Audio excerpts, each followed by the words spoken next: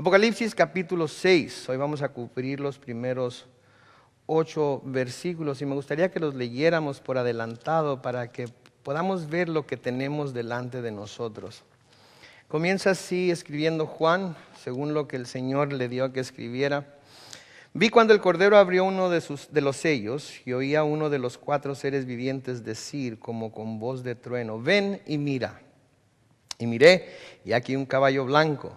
El que lo montaba tenía un arco y le fue dada una corona, y salió venciendo y para vencer.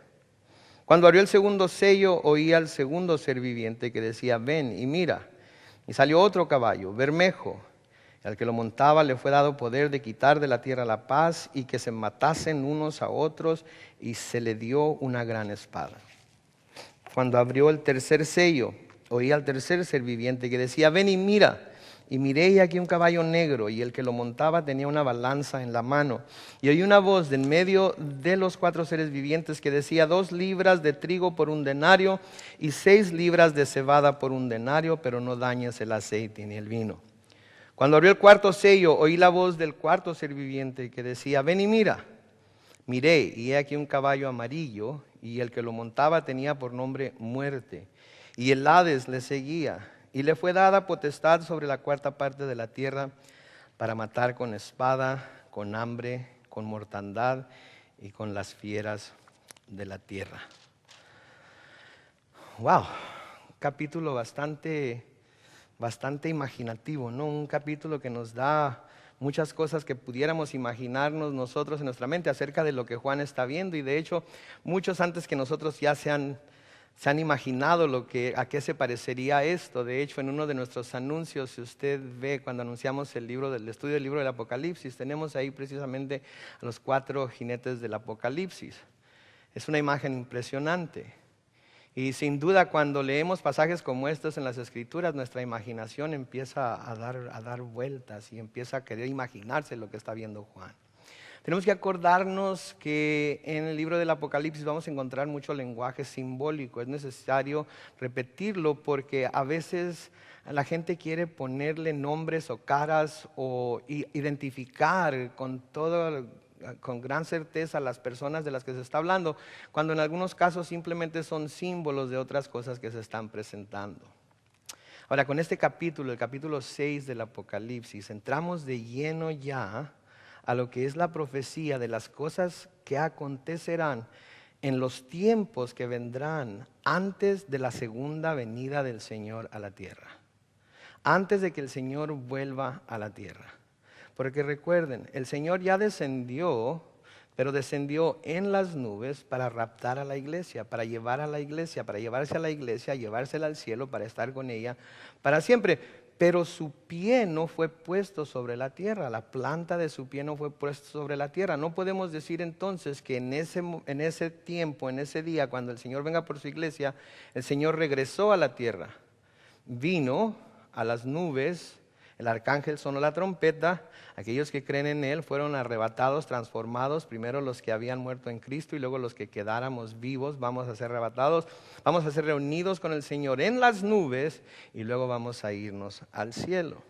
Pero la palabra de Dios nos dice en Zacarías 14 y en Apocalipsis 19 se nos da a entender que el Señor Jesucristo va a venir y va a poner las plantas de sus pies sobre la tierra. Es más, en el pasaje de Zacarías 14 nos dice muy claramente que va a poner sus pies sobre el monte de los olivos, y se nos dice que se va a partir en 2 y se va a crear un gran valle y es de ahí de donde va a empezar su reinado. Entonces, la primera vez cuando vino por la iglesia no puso su pie sobre la tierra.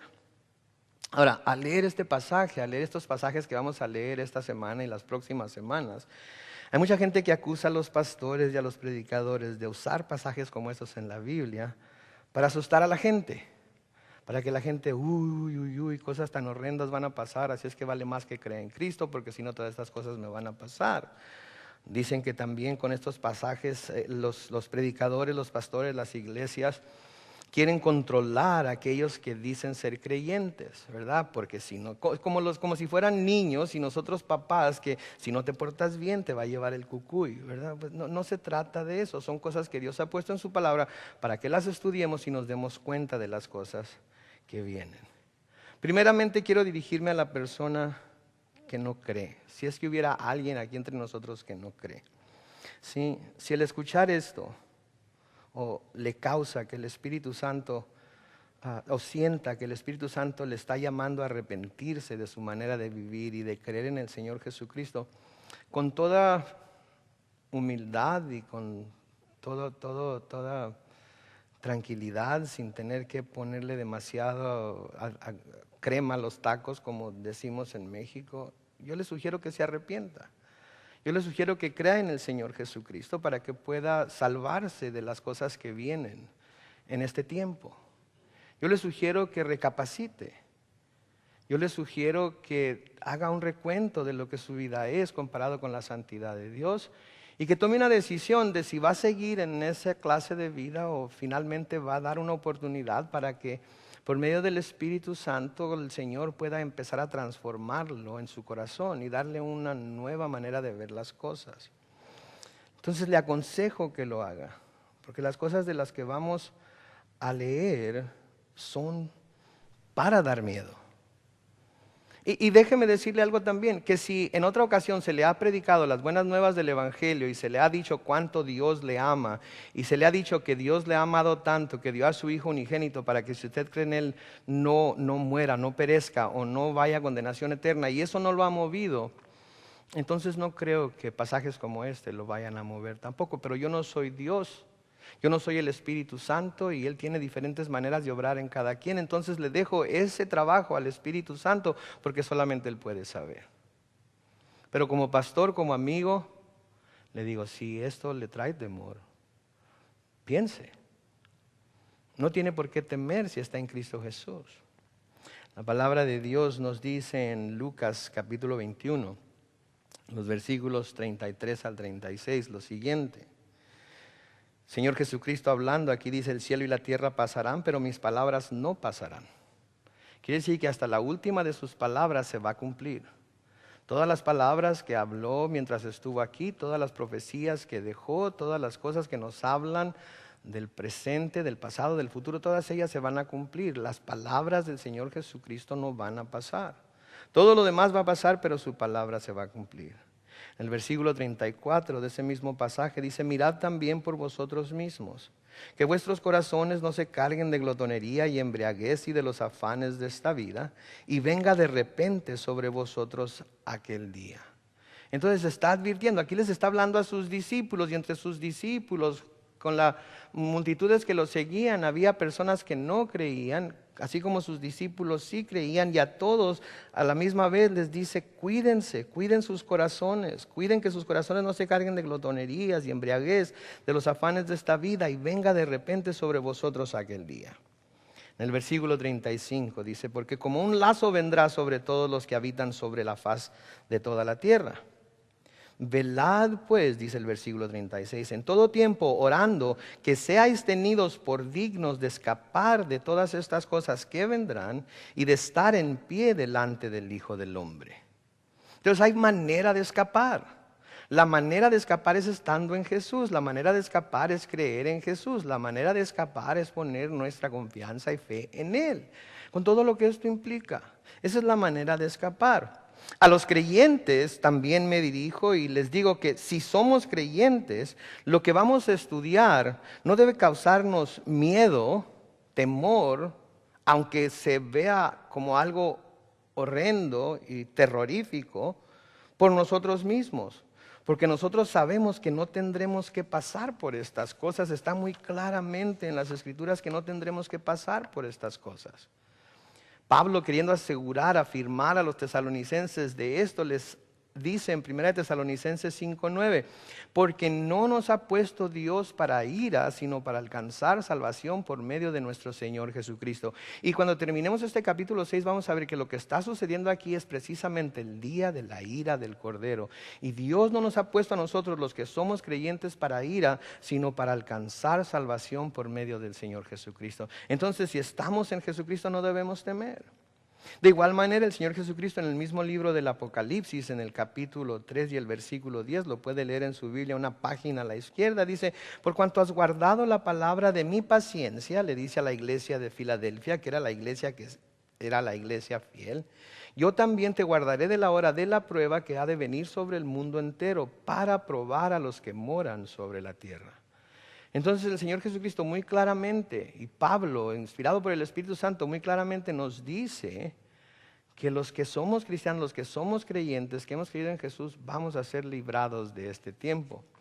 Entonces por eso digo, si hay alguno que no ha creído, si hay alguno que todavía no ha puesto su fe en Jesucristo, piense, si hay alguno que no está seguro inclusive, si de algo debemos estar seguros es de que en realidad somos salvos. Es algo que no podemos dejar al azar. Es algo que tenemos que estar completamente convencidos en nuestro corazón y mente de que se ha llevado a cabo, para así no tener que temer de estas cosas.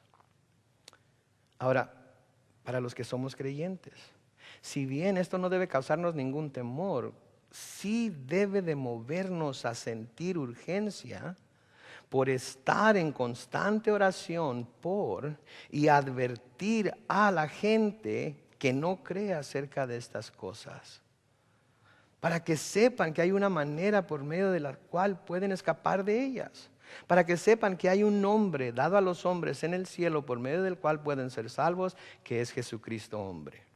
Y si esto no nos debe de dar temor por nosotros, nos debe de dar temor por la gente que conocemos, que si este día llegara hoy, iba a tener que pasar por todo lo que vamos a ver aquí. Ahora, una cosa más que quiero decir antes de que comencemos con el capítulo. Yo sé que es una introducción larga, pero vale la pena porque queremos estar completamente convencidos de la razón por la cual debemos estudiar estos pasajes. Porque mucha gente tiene la idea de que, pues entonces si nosotros ya vamos a estar en el cielo cuando todo esto pase, entonces ¿para qué me preocupo? No seamos como el rey Ezequías, que cuando el profeta vino y le dijo todo lo que los babilonios iban a hacer, dijo: bueno, pues es más adelante, durante mi tiempo no va a pasar nada, así es que ¿para qué me preocupo? No, tenemos que estar preocupados por la gente que está alrededor de nosotros. Primero por nuestra familia, luego por aquellos con los que trabajamos y convivimos, luego por gente que ni conocemos. Ese es el mandato de la Gran Comisión, de que prediquemos el Evangelio.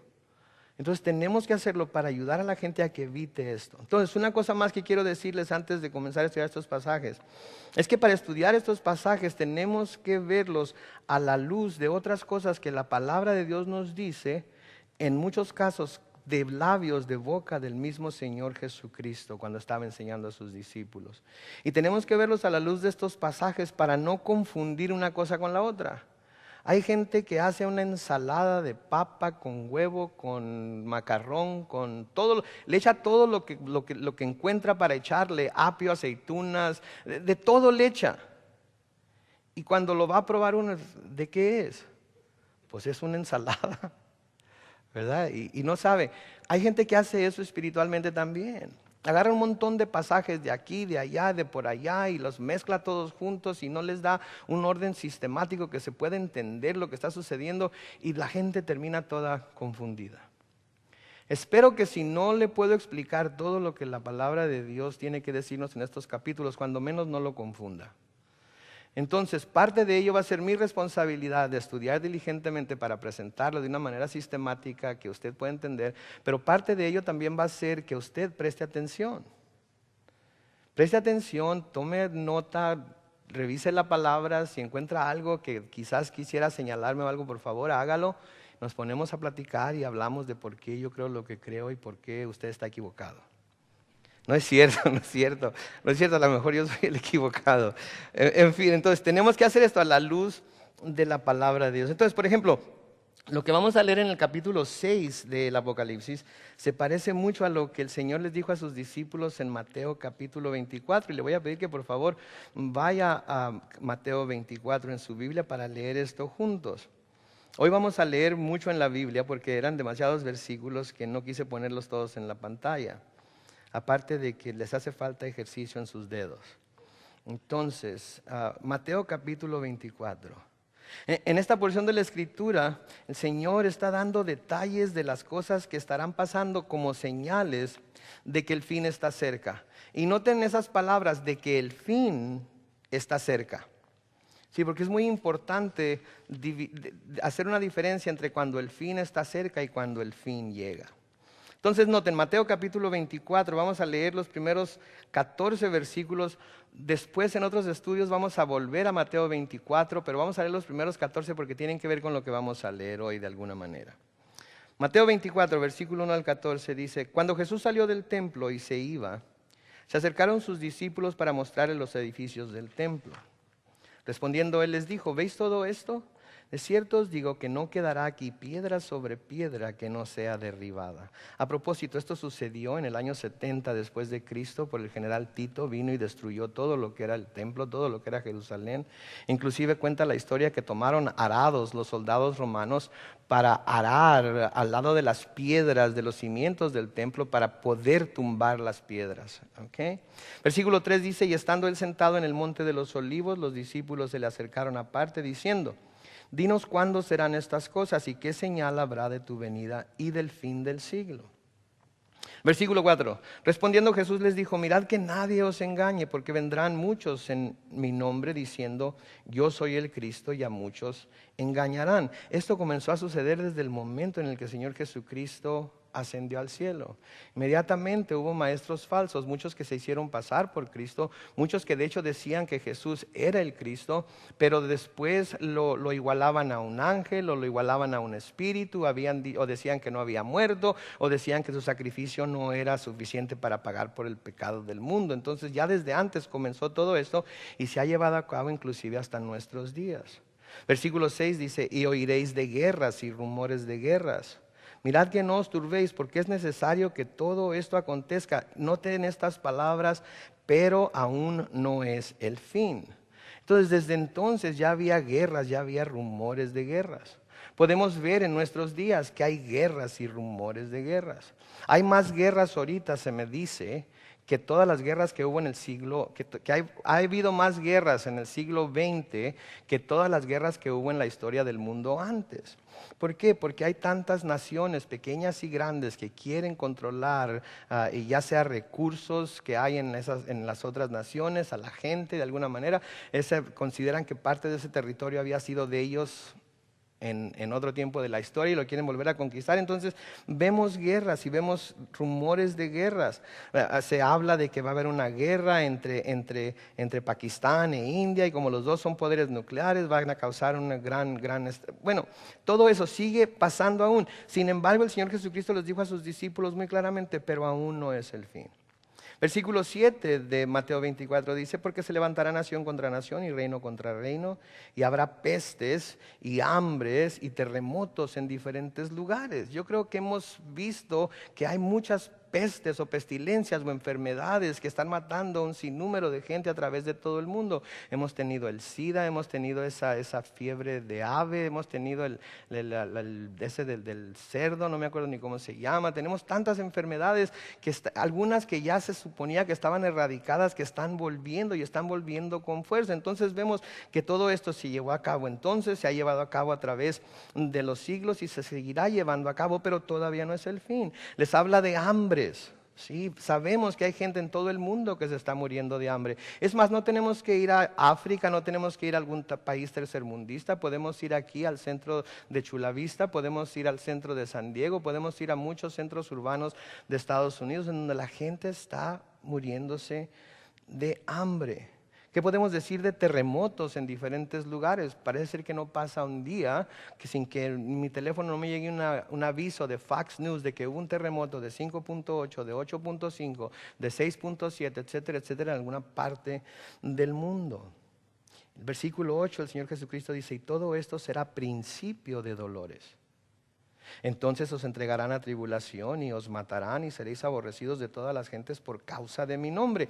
Noten, eso está sucediendo en todas partes del mundo, especialmente en el mundo musulmán. Aquellos que somos cristianos, aquellos que son cristianos y predican su fe y tratan de hacer prosélitos o de hacer conversos a Cristo, son amenazados, son golpeados, en muchos casos muertos, son quemados vivos. Todo esto está sucediendo ahorita en nuestros propios tiempos, ¿sí? Muchos, dice el versículo 10, tropezarán entonces y se entregarán unos a otros y unos a otros se aborrecerán. Aquí va a haber quienes decían que eran cristianos o que son cristianos, pero no son cristianos que están siguiendo al verdadero Cristo ni están siguiendo las verdaderas doctrinas de Cristo y de la Biblia. Y va a llegar el momento en el que presionados por el gobierno, presionados por la cultura, van a empezar a perseguir a los cristianos y hacerles todo este tipo de daño y los van a aborrecer. De hecho, ya está sucediendo. Lo vemos aquí en Estados Unidos. Los cristianos son aborrecidos. No podemos orar en las escuelas, no podemos leer la Biblia, no podemos hacer esto, no podemos hacer lo otro. Entonces ya está sucediendo. Versículo 11 de Mateo 24 dice: muchos falsos profetas se levantarán y engañarán a muchos. Y por haberse multiplicado la maldad, el amor de muchos se enfriará. En el versículo 13 dice: mas el que persevere hasta el fin, éste será salvo. Y será predicado este evangelio del reino en todo el mundo para testimonio a todas las naciones. Y entonces vendrá el fin. Entonces vendrá el fin. Noten, todo esto tiene que pasar. Mucha gente mezcla esto con lo que vamos a leer en el capítulo 6 del Apocalipsis, y hay una mezcolanza ahí de cosas que confunden un pasaje con el otro. Todo esto que el Señor Jesucristo nos mencionó aquí ya está pasando. No tenemos que esperar a que el capítulo 6 del Apocalipsis empiece a cumplirse. Ya ahorita se está llevando a cabo. Algunas de esas cosas ya se cumplieron. Entonces, el que sea, se va a predicar el evangelio de nuevo del reino en todo el mundo para testimonio a todas las naciones, y entonces vendrá el fin. Se nos dice que el que persevere hasta el fin será salvo, el que persevere hasta el día en el que comience el fin. ¿Sí? Porque antes de que comience el fin, el Señor Jesucristo va a venir a arrebatarnos, va a venir a llevarnos. No vamos a tener que pasar por esos días finales, esos tiempos finales. Ya no vamos a estar aquí. Entonces, aquí en el capítulo 6 de Apocalipsis, el fin ha llegado. El fin está descendiendo sobre la tierra. La ira del Cordero, la ira de Dios, de lo cual tanto se ha hablado, finalmente va a descender sobre la tierra. Aquello que el Señor había dicho que pasaría antes de su segunda venida, se desata aquí en el capítulo 6 del Apocalipsis y prepara así el camino para su regreso físico a la tierra y el subsecuente fin del mundo. Entonces, esto es lo que vamos a ver en el capítulo 6 del Apocalipsis. Vamos a ver algo que no ha sucedido todavía. Es más, en los evangelios el Señor Jesucristo les dice a sus discípulos que en esos tiempos va a haber tribulación cual no se ha visto jamás en la tierra y no se verá jamás tampoco. Entonces lo que comienza en el capítulo 6 del Apocalipsis es algo que en la tierra no se ha visto. No nos podemos ni siquiera imaginar lo horrendo de lo que va a ser para la gente que se quede atrás cuando el Señor Jesucristo venga por su iglesia. Y es necesario que lo estudiemos para que así podamos tener una manera informada y correcta de avisarle a la gente lo que está por pasar. Para que cuando nosotros desaparezcamos, ellos tengan algo para guiarse. Es importante que les hablemos a nuestros hijos, a nuestra familia, porque nosotros no podemos saber si son salvos o no, si no nos dan evidencias que son salvos. Y tenemos que prepararlos para cuando estas cosas sucedan, sepan qué hacer y no vayan a recibir finalmente lo que vamos a ver más adelante en el Apocalipsis, que es la marca de la bestia, y no se puedan salvar ahora sí absolutamente para nada. Entonces aquí en el capítulo 6 el fin ha llegado. Lo que el Señor había dicho antes que pasaría empieza a pasar, y todo lo que se desata está preparando, abriendo el camino para su regreso físico a la tierra y el fin del mundo. Entonces, con estos antecedentes nos vamos al capítulo 6 del Apocalipsis y vamos a ver esta noche los 4 jinetes del Apocalipsis, lo que ellos significan y lo que van a traer cada uno. Apocalipsis capítulo 6 y el versículo 1. Juan dice: vi cuando el Cordero abrió uno de los sellos.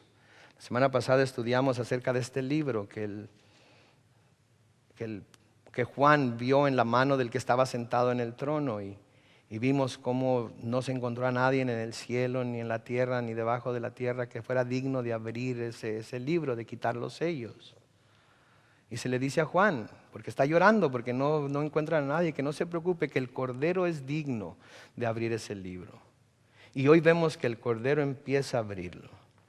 Versículo 1 entonces dice: vi cuando el Cordero abrió uno de los sellos y oí a uno de los 4 seres vivientes decir como con voz de trueno: ven y mira. Creo que si alguno de nosotros ha oído los truenos durante alguna tormenta, podemos tener una idea de cómo se oiría esta voz, ¿verdad? Yo soy de Mexicali y allá le gusta mucho tronar al cielo. Y cuando llueve y cuando hay relámpagos, hay unos truenos tremendos. Y me acuerdo que mi nana, cuando oía tronar, nos decía que Dios estaba lavando los pisos del cielo. Y cuando tronaba quería decir que estaba moviendo sus muebles de un lado para otro, por eso hacían ruido. Pero son unos ruidos muy estruendosos. Entonces, con este tipo de voz, fue con la voz que este ángel habló a Juan y le dijo: ven y mira. En el versículo 2 dice: y miré y aquí un caballo blanco, y el que lo montaba tenía un arco, y le fue dada una corona, y salió venciendo y para vencer. ¿Quién es o qué significa este caballo blanco y este jinete? A simple vista, así, sin más ni menos, podríamos decir, bueno, pues caballo blanco, corona, venciendo, para vencer, ¿verdad? Lo pudiéramos identificar con el Señor Jesucristo. De hecho, muchos eruditos que se han dedicado a estudiar la palabra lo identifican como Cristo, debido a la descripción que vemos aquí, comparado con la descripción que se nos da más adelante en el libro del Apocalipsis.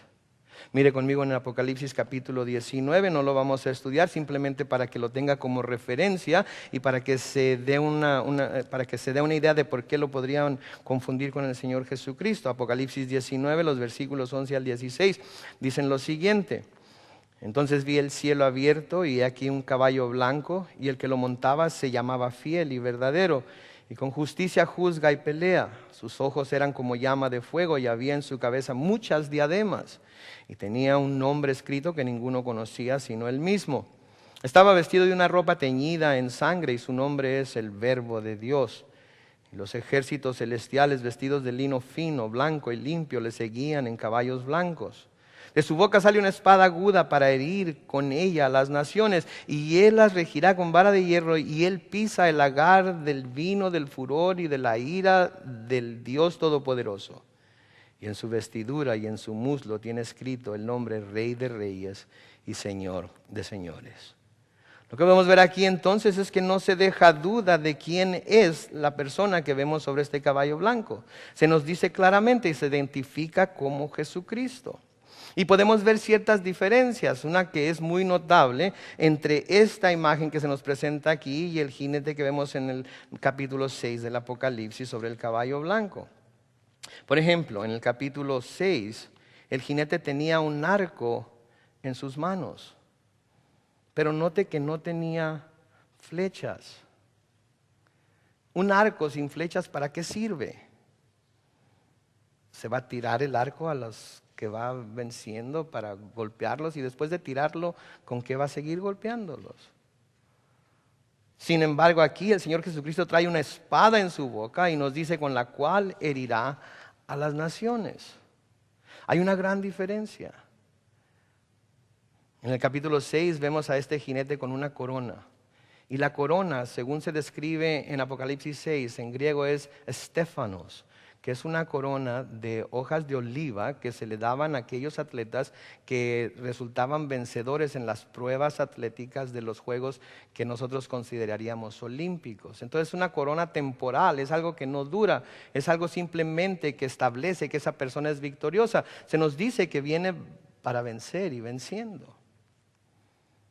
En el pasaje de Jesucristo se nos dice que trae muchas diademas. Y la palabra que se usa ahí para describir diadema, de hecho en el griego es diadema también. Pero significa una corona que está puesta, que está amarrada, que nadie puede quitar, que nadie puede soltar, que no hay nada ni nadie que se la pueda quitar de la cabeza. Él es el Rey de Reyes, Señor de Señores, no hay duda, nadie va a poder evitar eso. Él viene no solamente venciendo y para vencer, Él viene hiriendo a las naciones con la espada de su boca y rigiéndolas con vara de hierro, como se nos acaba de decir en el pasaje que leímos.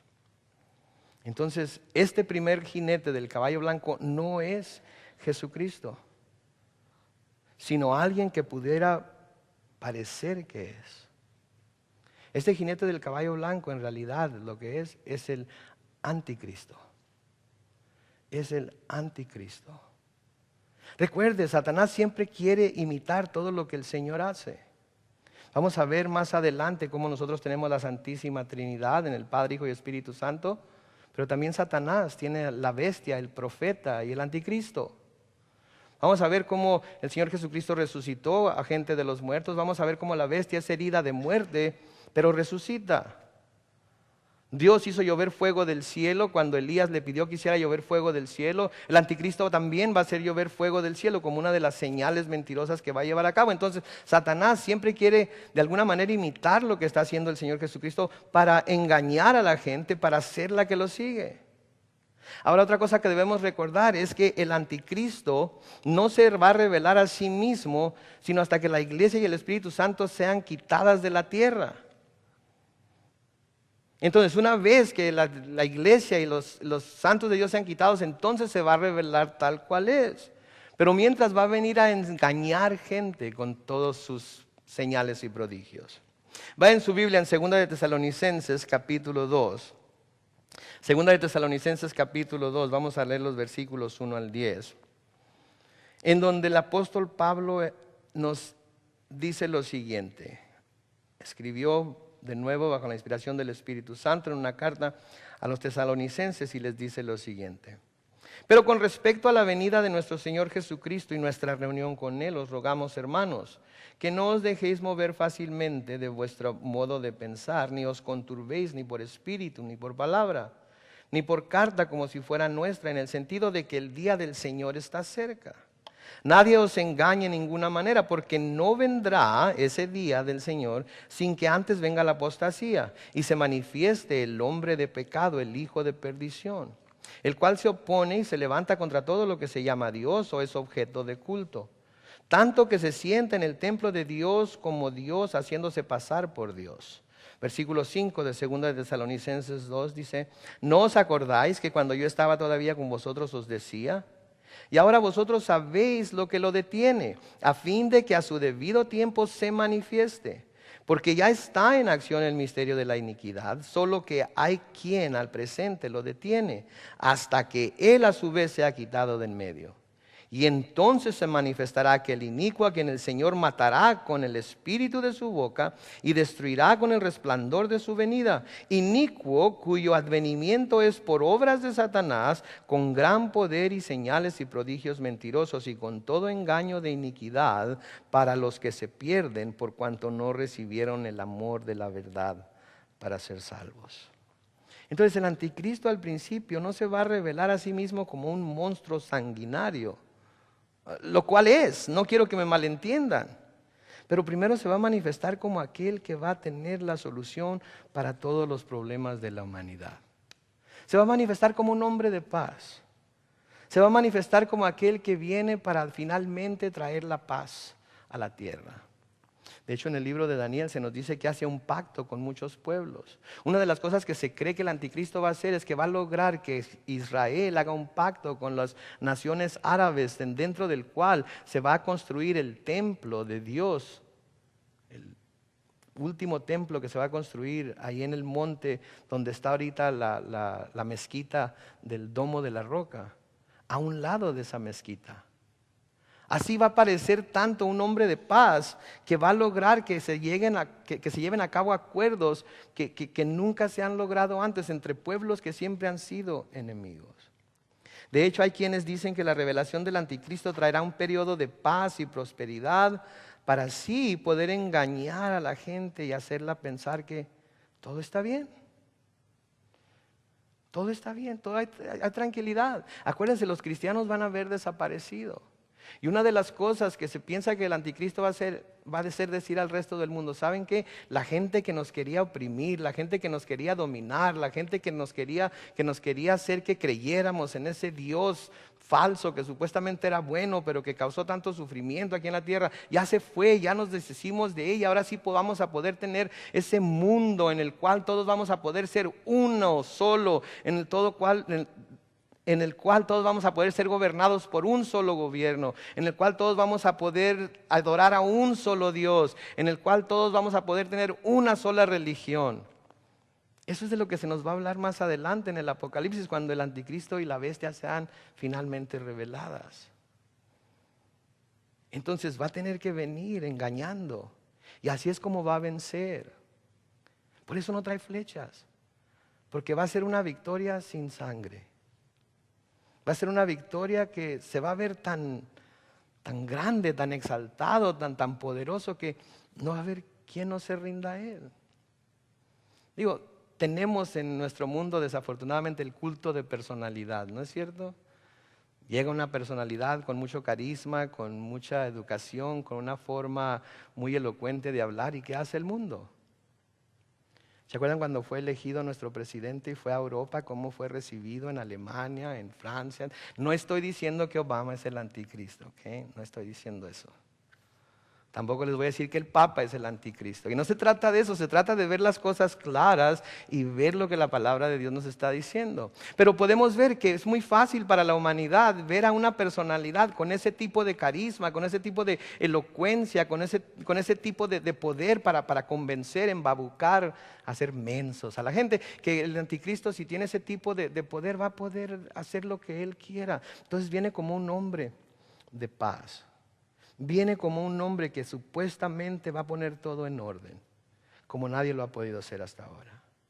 Ahí en Primera de Tesalonicenses, unas páginas hacia la izquierda de donde se encontraba antes, en el capítulo 5, los versículos 1 al 11, dicen lo siguiente: pero acerca de los tiempos de las ocasiones, no tenéis necesidad, hermanos, de que yo os escriba.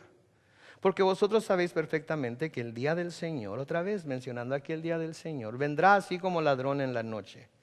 Que cuando digan paz y seguridad, entonces vendrá sobre ellos destrucción repentina, como los dolores de la mujer encinta, y no escaparán. Noten, versículo 3, que cuando digan paz y seguridad, entonces vendrá sobre ¿quién? Sobre ellos destrucción repentina, como los dolores de la mujer encinta, y no escaparán. Mas vosotros, hermanos, no estáis en tinieblas para que aquel día os sorprenda como ladrón, porque todos vosotros sois hijos de la luz e hijos del día, no somos de la noche ni de las tinieblas. Versículo 6, por tanto, no durmamos como los demás, sino velemos y seamos sobrios. Pues los que duermen de noche duermen, y los que se embriagan de noche se embriagan. Pero nosotros que somos del día, seamos sobrios, habiéndonos vestido con la coraza de fe y de amor, y con la esperanza de salvación como yelmo. Porque no nos ha puesto Dios para ira, sino para alcanzar salvación por medio de nuestro Señor Jesucristo, quien murió por nosotros, para que ya sea que velemos o que durmamos, vivamos juntamente con Él. Por lo cual animaos unos a otros y edificaos unos a otros, así como lo hacéis. Entonces, cuando digan paz, cuando digan todo está bien, todo está tranquilo, este camarada vino y puso todo en orden, hay prosperidad, hay paz, hay tranquilidad, ya no tenemos a nadie hostigándonos, diciéndonos que tenemos que arrepentirnos, llamándonos la atención, diciéndonos que estamos viviendo mal. Toda esa gente ya desapareció. La madre nave finalmente vino y se los llevó. Así podemos vivir en paz. Pero no dura mucho esa paz, porque cuando finalmente digan paz y seguridad, entonces vendrá sobre ellos la destrucción. Y eso es lo que vemos en los siguientes versículos, en los siguientes 3 sellos que se van a abrir aquí. Miren conmigo en Apocalipsis 6, versículo 3. Cuando abrió el segundo sello, oí al segundo ser viviente que decía: ven y mira. Salió otro caballo bermejo, que básicamente quiere decir rojo, color de sangre. Y al que lo montaba le fue dado poder de quitar de la tierra la paz y que se matasen unos a otros, y se le dio una gran espada. Noten bien este caballo rojo, y al que montaba ese caballo le fue dado poder para quitar de la tierra la paz. No estamos hablando de guerras y rumores de guerras. No estamos hablando aquí de guerras aquí y allá, lejos de nosotros, como existen ahorita, y nosotros tenemos paz aquí en Estados Unidos. No estamos hablando de una guerra lejana en la cual, si la vemos en las noticias, nos llama la atención, pero si no la vemos, ni pasa por nuestra mente. Nosotros estamos recibiendo nuestro cheque cada semana, estamos poniendo comida sobre la mesa, no nos están atacando, no estamos esperando de dónde va a llegar el siguiente cohete o en dónde va a explotar la siguiente bomba. Estamos en una paz relativa nosotros, aun cuando en el resto del mundo pueda haber todo tipo de conflictos. Pero cuando este caballo viene, al que montaba este caballo le fue dado el poder para quitar de la tierra la paz, lo que quiere decir que no va a haber un solo lugar en el cual haya paz en la tierra cuando este caballo finalmente se revele. Y no va a haber paz a tal grado que se van a matar unos a otros. Todo mundo se va a tener que estar cuidando de todo mundo. Todo mundo va a tener que vivir para sobrevivir. Parece que todo mundo va a tener que vivir solo para morir o ser muerto. Y no es muy difícil de imaginárselo. Acuérdense cuando sucedió lo del año 2000, que las computadoras no sabían cómo leer el año 2001 y que se iban a apagar las luces y no iba a haber agua. ¿Qué empezó a hacer la gente? Empezó a guardar comida y agua y armas y todo tipo de víveres y cosas para protegerse. ¿Por qué? Porque si alguien viene por lo mío, aquí le tengo lo suyo. Entonces no es difícil imaginarnos a un mundo en el cual todos se matan a todos por sobrevivir los unos y no dejar que los otros lo maten. Cuando este jinete quite la paz de la tierra, no va a haber paz en la tierra. Parece ser que todo el mundo va a vivir en una constante lucha. ¿Alguno de ustedes ha visto la película Killing Fields? Es una película tremenda que habla de las que sucedió en Camboya durante la guerra de Vietnam. Si no la ha visto, véala, es fuerte. Vean The Killing Fields. Todo mundo en Camboya sufrió los estragos y los resultados de una guerra horrenda, en donde los hijos mataban a los padres, los hijos entregaban a los padres al gobierno comunista del Khmer Rouge, que era el ejército rojo, para sobrevivir ellos. Y el Khmer Rouge los hacía soldados desde niños, desde muy pequeños, y ponía a los padres contra los hijos. Ese es el tipo de mundo que va a ser aquí una vez que el anticristo se revele tal y como es. Ahora, algo que surge o que es un producto muy natural de las guerras, ¿qué es? El hambre, la escasez de las cosas más básicas, las cosas más esenciales para poder sobrevivir. Y esto es lo que vemos al abrirse el siguiente sello. Mire el versículo 5. Cuando abrió el tercer sello, oí al tercer ser viviente que decía: ven y mira. Y miré, y he aquí un caballo negro, y el que lo montaba tenía una balanza en la mano. Ahora, una balanza es lo que nosotros llamamos una báscula. Pero curiosamente, lo que la palabra en griego que se traduce balanza o báscula es la palabra zugos, que quiere decir yugo. O sea que este jinete va a imponer precios a los alimentos, a todo lo que la gente necesita, tan exorbitantes que la gente se va a morir de hambre, no necesariamente porque no haya que comer, sino por los precios tan altos a los que la comida se va a vender. Porque cuando hay guerras, los que tienen, guardan lo que tienen para después sacarle ganancia vendiéndolo más caro de lo que es. Y los que pudieran producir lo que se necesita producir para que la gente pueda vivir, comer y sobrevivir, no producen por la preocupación de que si salen a labrar los campos o salen a su trabajo, alguien los va a matar. Entonces tanto la producción de los alimentos va a menguar, como aquellos que tienen la habilidad para amontonarlos, los van a guardar para venderlos a precios muy altos. juntos. Miren el versículo 6. Y oí una voz de en medio de los 4 seres vivientes que decía: 2 libras de trigo por un denario y 6 libras de cebada por un denario, pero no dañes el aceite ni el vino. Las cosas que se mencionan aquí son las cosas básicas que se comían en el tiempo de Juan. El trigo, la cebada.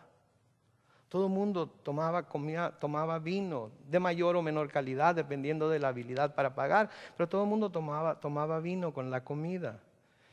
El aceite era algo que se consideraba necesario para que cuando llegaba gente de visitas pudieran ungir su cabeza, los pies. Era algo que se necesitaba, como nosotros, por ejemplo, tener almohadas extras en la casa cuando llega visita, ¿verdad? De eso era lo que se trataba.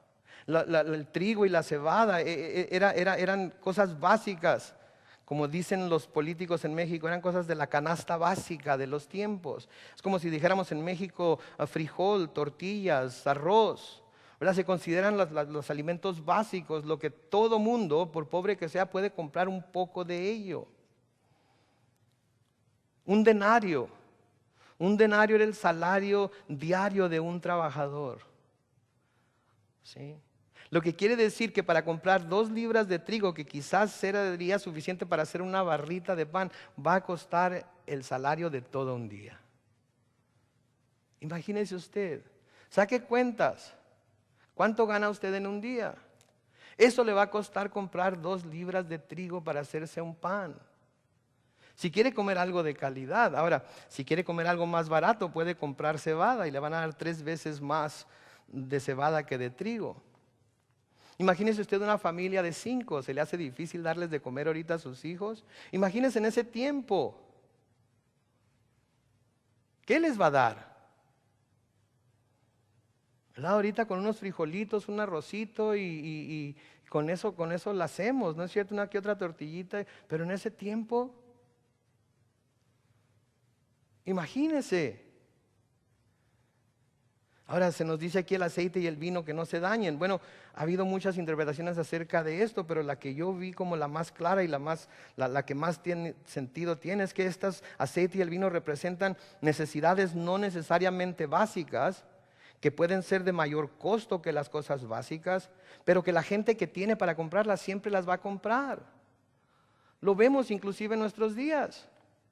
La gente que tiene para comprar la gasolina al precio que sea, todavía trae los carrotes grandotes que necesitan traer un tanque de un lado de ellos para llenarlos cada 20 millas y de todas maneras los usan. La gente que no puede se compra su carro chiquito o mide hasta dónde va y junta viajes para ir. Entonces, eso es de lo que está hablando. Las cosas que son caras de por sí, no va a haber necesidad de imponerles precio porque lo caro que son ya van a hacer que sean prohibitivas para aquellos que no pueden comprar, y los que puedan comprar los van a comprar a como dé lugar. Y si no pueden comprar pan para alimentarse a sí mismos y a sus familias, ¿cómo van a comprar estas cosas que no son básicas? No tiene caso, entonces déjalas como están, con ellas no te metas, no hay necesidad. Satanás es astuto, Satanás es muy inteligente. Satanás no es un tonto. Ha estado en este universo mucho más tiempo que nosotros y sabe exactamente de qué pata coge el hombre. En el versículo 7 vemos el 4.º sello. Se nos dice: cuando abrió el 4.º sello, oí la voz del 4.º ser viviente que decía: ven y mira. Miré y aquí un caballo amarillo. De hecho, la palabra que se traduce a amarillo debería ser pálido o verdoso. La palabra en griego es la palabra cloros, como cloro. Y el cloro, si usted lo mira, así a simple vista, el cloro puro es verdoso. Ese es el color de este caballo entonces. Y luego note que dice: y el que lo montaba tenía por nombre Muerte, y el Hades le seguía. Y le fue dada potestad sobre la 4ª parte de la tierra para matar con espada, con hambre, con mortandad y con las fieras de la tierra. Como si no fuera poco que ya la paz ha sido quitada, como si no fuera poco que el hombre se está matando el uno con el otro, como si no fuera poco que ahora el nombre del juego es sobrevivir. Ahora viene este caballo con este jinete que se le llama Muerte claramente, y les dada potestad, nos dice, sobre la 4ª parte de la tierra para matar con espada, con hambre, con mortandad y con fieras de la tierra. Noten, el jinete tiene por nombre Muerte.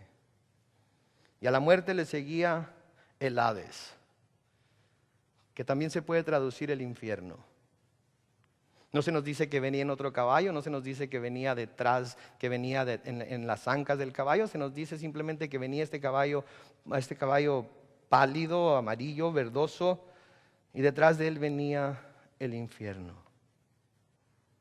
Y note, le fue dada potestad sobre la cuarta parte de la tierra para matar. Esta es la única misión de este camarada: matar. Matar gente a diestra y a siniestra. Su misión completa es matar, sin descansar. Y el hecho de que el infierno venga detrás de él quiere decir que él los mataba y el infierno se los traga. Él los mata y el infierno los recibe. Como dicen en las estaciones de policía, sin tocar baranda. ¿Sí? Este jinete los mata y el infierno se los lleva. Ahora noten, la cuarta parte de la tierra. Vamos a hablar en términos de población, nada más. La población actual del mundo, ¿sabe cuál es? La población actual del mundo son 7 billones de personas. Ahorita. No hay por qué pensar que va a disminuir. Pero son 7. Vamos a suponer que esto pasara ahorita. 7 billones de personas es la población del mundo. Para que esta cosa acabe con la cuarta parte, ¿sabe cuánta gente tendría que matar? 1.750.000.000 de personas. 1 billón con B, 750 millones de personas. La población de Estados Unidos son 336 millones de personas. Quiere decir que se necesitarían matar 5 o 5.5, 6 veces la población de Estados Unidos para poder sumar la cifra de la gente que va a matar esta persona. ¿Se imagina usted? ¿Se imagina usted lo horrendo de lo que está sucediendo, lo que va a suceder en esos tiempos? No va a haber paz, pura guerra, pura destrucción, hambre. La gente va a estar muriendo. En el libro de Lamentaciones se nos habla de cuando Jerusalén fue sitiado, siendo juzgado el pueblo judío por Dios. Se nos dice que hubo gente que se comía a sus propios hijos, gente que comía el estiércol de las palomas. ¿Se imagina usted lo que esto va a hacer? Y estos nada más son 4 sellos. Estos nada más son 4 sellos, sin hablar de los otros 3, sin hablar de las copas de ira, sin hablar de las trompetas. Este es el principio del fin, nada más. Imagina usted lo que van a sufrir los que queden atrás. No un mensaje fácil de traer. Y estoy seguro que no un mensaje fácil de recibir, pero un mensaje que es necesario decirlo porque está en la palabra de Dios. ¿Qué hacemos con esto entonces nosotros? ¿Qué debemos llevarnos de todo esto? Porque el irnos así nada más con esa cifra en la mente de 1.750.000.000 de personas muertas, de las maneras que se nos dice aquí, con espada, con mortandad, es horrendo. Bueno, lo primero que le quiero decir, quiero hablarle de 2 cosas. Lo primero que debemos hacer es estar sumamente agradecidos. Sumamente agradecidos con Dios. Sumamente agradecidos por su gracia y por su misericordia para nosotros. Sumamente agradecidos con nuestro Señor por haber dejado su trono en el cielo para venir a salvarnos, para no tener que pasar por esto. Y después de ello tener que estar en el infierno. Nuestra gratitud debe ser tan grande que nada debería de interponerse entre nosotros y nuestro amor y nuestro servicio y nuestra devoción y dedicación al Señor. Porque de esto es de lo que nos ha salvado. Para que no tuviéramos que pasar por eso, dio su vida. Y de nuevo, eso es sin hablar del infierno. Entonces debemos estar sumamente agradecidos con Él. Y debemos quizás empezar a decir como Pablo en 2 de Corintios, en el capítulo 5, los versículos 14 y 15, en donde Pablo escribe lo siguiente: porque el amor de Cristo nos constriñe, pensando esto, que si uno murió por todos, luego todos murieron. ¿Cómo sucedió esto? Yo no sé, pero la palabra de Dios me dice que cuando Cristo murió en la cruz, yo morí con Él. Y la palabra de Dios me dice que cuando Él resucitó de los muertos, yo resucité también con Él. Y yo lo creo. Y porque estoy en Cristo, sé que soy una nueva criatura. Que las cosas viejas pasaron y aquí todas han sido hechas nuevas. En el versículo 15 de 2 de Corintios 5 dice: y por todos murió, para que los que viven ya no vivan para sí, sino para aquel que murió y resucitó por ellos. ¿Sabe que el saber que Cristo nos ha salvado de este fin del que acabamos de leer aquí, solamente 4 sellos abiertos? El saber que tuvo ese tipo de amor por nosotros nos debe constreñir, nos debe de llegar a la misma conclusión que a Pablo. Que aquellos que viven ya no vivan para sí, sino para aquel que murió y resucitó por ellos. ¿Cómo podemos hacer eso? Pablo les escribe a los romanos en Romanos 12, versículos 1 y 2. Así que, hermanos, os ruego por las misericordias de Dios que presentéis vuestros cuerpos en sacrificio vivo, santo, agradable a Dios, que es vuestro culto racional. En otras palabras, es lo menos que pueden hacer. Por lo que Él ha hecho por nosotros es lo menos que podemos hacer. Si hacemos menos, no es suficiente y todo lo que hagamos no será suficiente. No os conforméis, dice en el versículo 2, a este siglo, sino transformaos por medio de la renovación de vuestro entendimiento para que comprobéis cuál sea la buena voluntad de Dios, agradable y perfecta. Eso debe ocupar nuestra vida. El buscar la voluntad de Dios, agradable y perfecta. No vivir para nosotros mismos. Tendremos tiempo de vivir y de disfrutar y de ser completamente bendecidos cuando estemos en el cielo con Él. Ahorita, por lo que Él ha hecho por nosotros, nosotros debemos de entregarnos a Él por gratitud a lo que Él ha hecho. Número 2, si en realidad el amor de Cristo está en nosotros y amamos a la gente como nuestro Señor la ama, debemos sentir una gran necesidad de advertir a los perdidos lo que va a suceder. De decirles lo que va a suceder, de advertirles lo que viene. Debemos tomar toda oportunidad de compartir nuestra fe como un señalamiento divino para cada uno de nosotros. Hoy, al despertar, me vino un pensamiento a la cabeza acerca de mí mismo.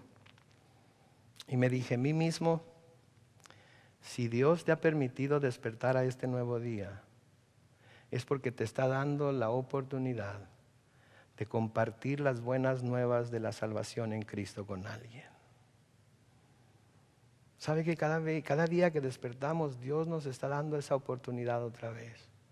Para que le hablemos a alguien de lo que viene y así tengan ellos la habilidad para decidir si van a aceptar a Cristo para ser libres de esto o no. Mismo Pablo en mismo 2 de Corintios en el capítulo 5 y el versículo 11, en la primera parte del versículo dice: conociendo pues el temor del Señor, persuadimos a los hombres. ¿Hace usted lo posible por persuadir a los hombres? por persuadir a su familia, por persuadir a sus amigos, por persuadir al vecino, por persuadir a la persona que no conoce, que está en la línea con usted antes de pagar en el mercado. Hace todo lo posible por persuadirlo de lo que viene. En el mismo 2 de Corintios capítulo 5, pero en el versículo 20 dice: así que somos embajadores en nombre de Cristo, como si Dios rogase por medio de nosotros. Os rogamos en nombre de Cristo, reconciliados con Dios. ¿Alguna vez como embajador de Cristo le ha dicho a alguien: por favor, te ruego, en el nombre de Cristo, reconcíliate con Dios, porque no quieres pasar por las cosas que vienen?